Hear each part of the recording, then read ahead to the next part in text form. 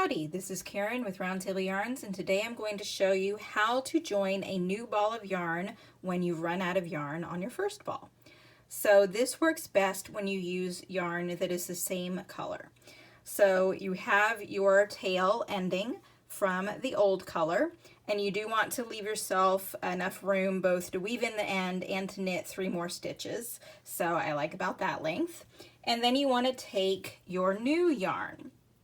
And again, you want to leave about the same length of tails. So kind of got them matched up. They don't have to match exactly, but about the same. Then you want to basically hold them both together. So this side over here is the old yarn. So there's the ends. And you want to put that together with the new yarn. When you do that, you want the the new tail to come off this way. You do not want to match them tail to tail. You want the new yarn tail to be off, not being used. Okay? So you've got the old yarn tail and the new yarn coming from the ball. You want to hold them together because you are going to work them. So you're going to basically be working them double-stranded, work them together. So insert your needle into the first stitch, hold the 2 yarns together, and knit that stitch. And you'll notice that there are 2 strands there. Knit a second stitch, same thing. Knit a third stitch, same thing.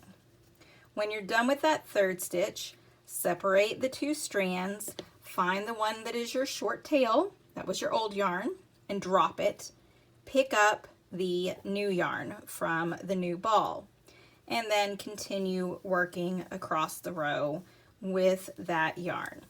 And you basically have now joined the new yarn in. When you work back the next row, make sure that you work this as one stitch. Do not knit these as separate stitches.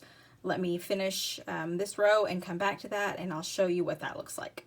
So here I am, I finished that row, and I'm purling back on this side, and I'm come to these 3 stitches that are worked with both yarns held together. So although it looks like there are 2 stitches, you want to make sure that you notice it is indeed 1 stitch.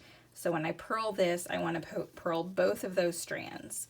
I do not want to create any extra stitches. Same here, purl both of those strands, and again here, both of those. And once you've done that, you only have that one row that has 3 stitches that have the double strand.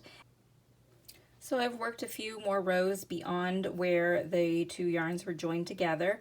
And if you look, you really can't see just from a quick glance where that join happened.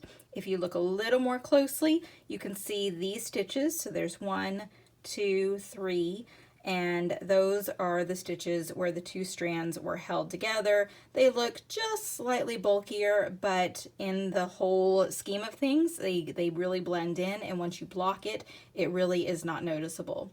As for the ends on the back, I usually like to weave them in just to give them a little extra security, but they have at least been woven in together for those 3 stitches, and that adds that extra bit of security so your ends don't come out. I hope you found this tutorial helpful. If you have any questions, feel free to contact me. I am Karen Dawn on Ravelry, or you can find me on Instagram at Karen Dawn Knits. Thanks, and happy knitting.